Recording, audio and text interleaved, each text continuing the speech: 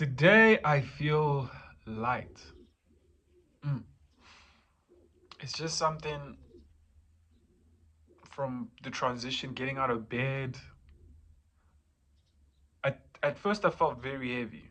Like when I actually woke up, it was just so dense. And it was like actually hang around for maybe 20 minutes, maybe an hour. I did get up pretty early, mainly also because I slept early as well.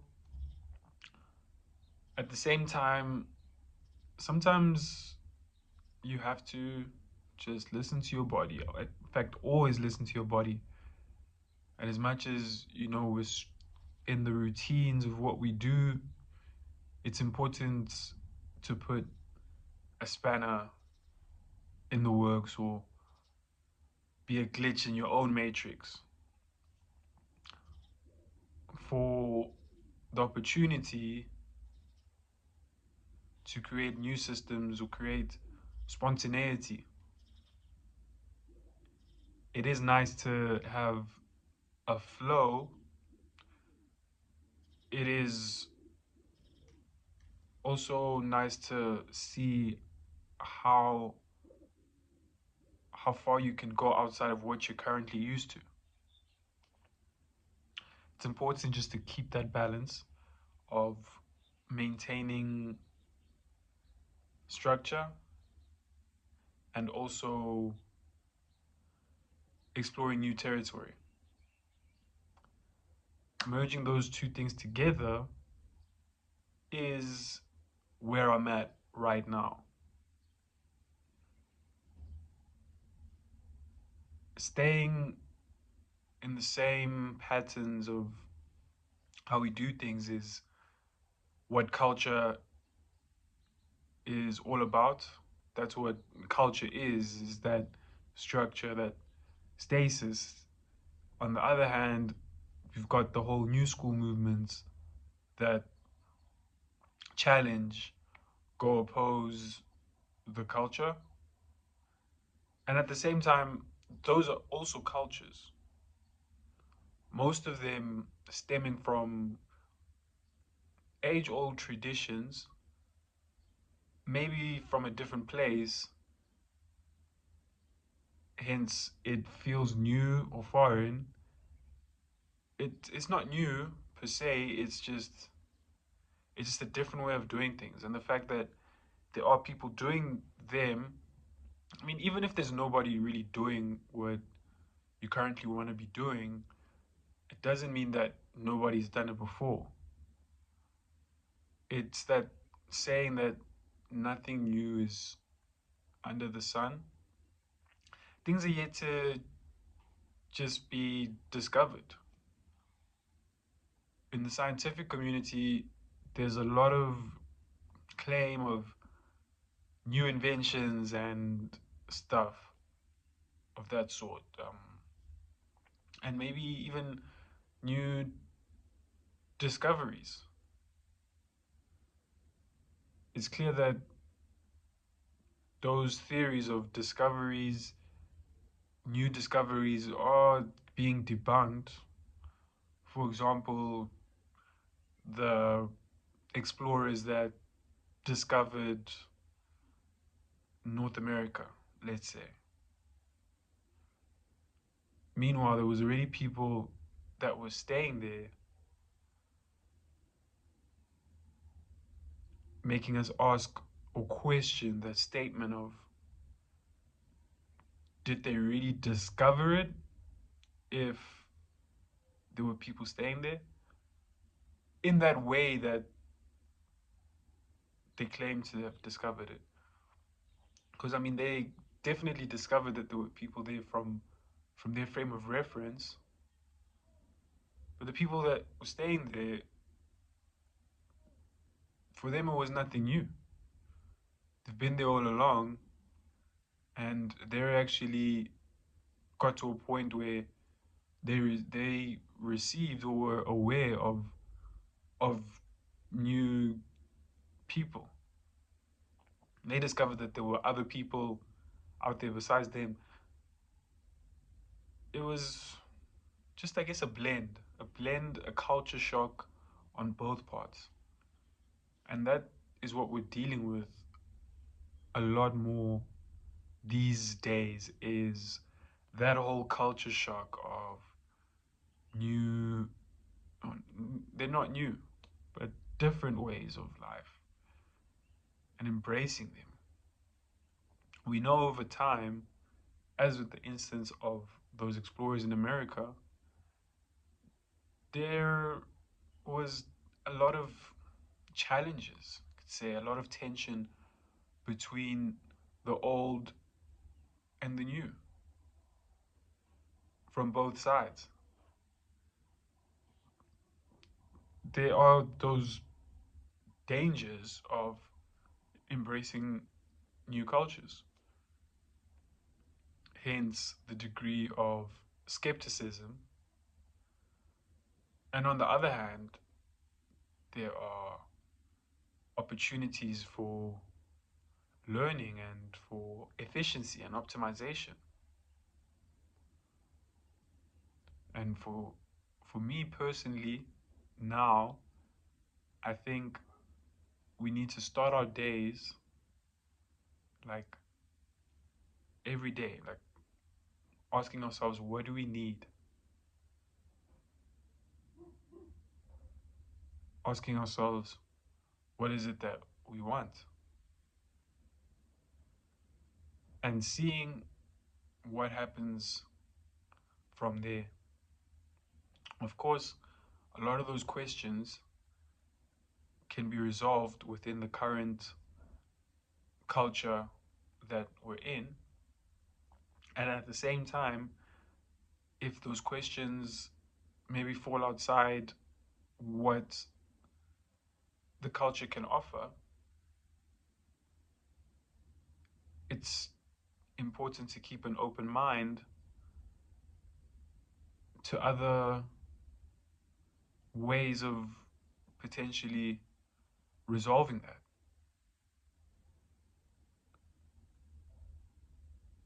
Before that, asking ourselves, what is it that we want? What is it that we need? We need to ask ourselves, who are we?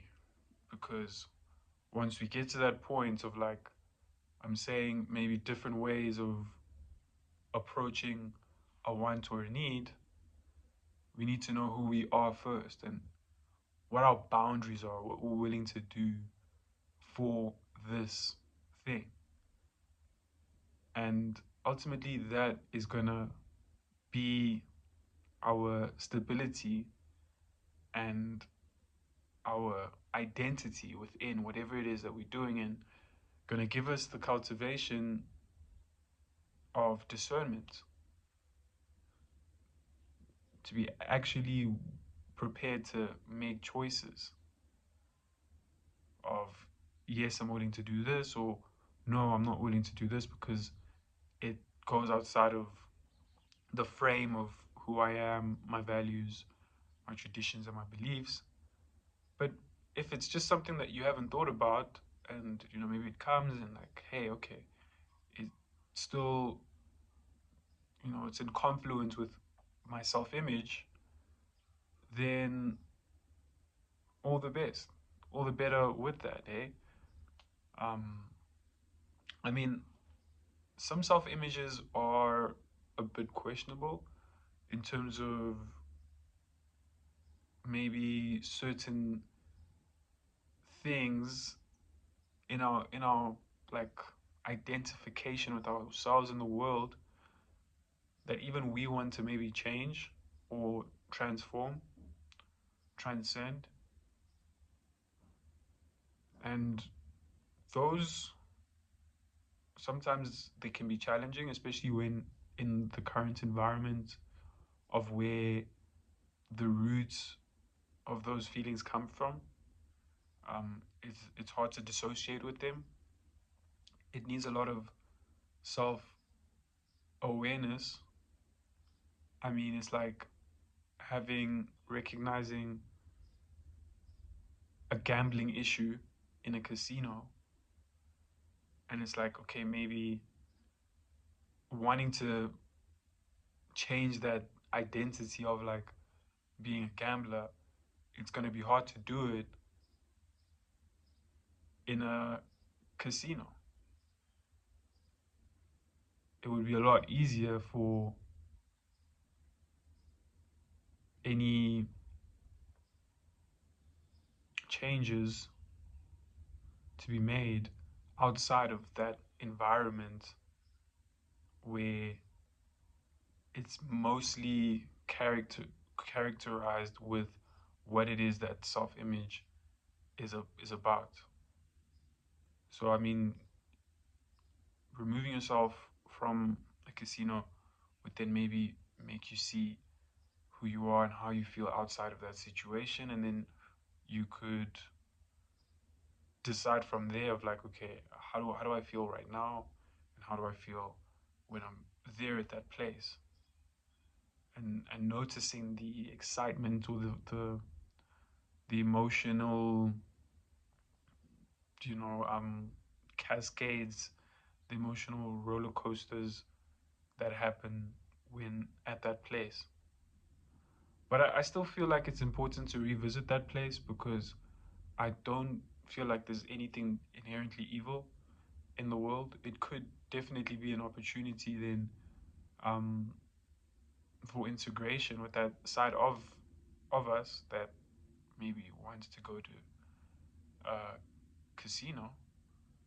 It's just like, maybe you can be aware of how to control the emotional flux to know who you are in that situation and not just be, you know, a product of that environment. So knowing who you are, period. And I think that takes reflection. And so I say when you wake up, it's a very good time to ask ourselves who we are, what do we want, what do we need. And yeah, from there, just be aware of the magic, you know, be there for, be present for the magic that is to follow, which is our beautiful lives. And I also am a firm believer that all of the beauty, all of the joy, all of the abundance, all of the love that I seek is right there. All of the, you know, all of the success that we want is right there in our environment. It's just how we relate to that environment which determines our experiences. Because there's every possible, you know, level of, from like the food chain, basically. You know, every environment has its own food chain. So let me not even say a food chain. Um, let's call it the biosphere, as Deepak Chopra would say, where everything is connected and linked and has a relationship with one another. So it's just about relationships. And after we've established what kind of relationship we want to have with ourselves, that's pretty much the only real task. From there, everything is a result of that decision, of that observation that we have internally. Everything is a mirror, everything is a reflection of that initial task of that is the main task. The main task to serve yourself. And to serve ourselves, we have to know what is the highest good that we can conceive. I mean, we know that God is the biggest, or, you know, like bigger than everything that we can imagine. So, as people, we need to know that we're made in God's image. So, what can we conceive to its fullest? And from there, it's like we have limits because we're humans. One thing about limits is that once you got into that actual point, there's always going to be a next stage. So, so we need to get to our limits so we can really go beyond them. That's that's where that's where we are right now, you know, and just within ourselves.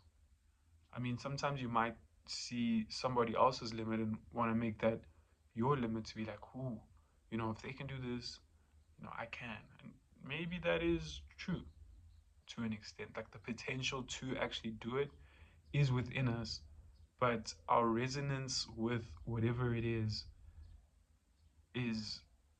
we need to be honoring our truths of who we are and our journeys in this life. And the best way to do that is to go within and to know how we're feeling as a result of all the karma we've been through so far up until this point, and what do we need to do to take that next step? What is that next step for you? What is that next step for me? As long as we all know what our next step is, then the journey ahead is definitely a mesmerizing one. It's a beautiful one, magnificent.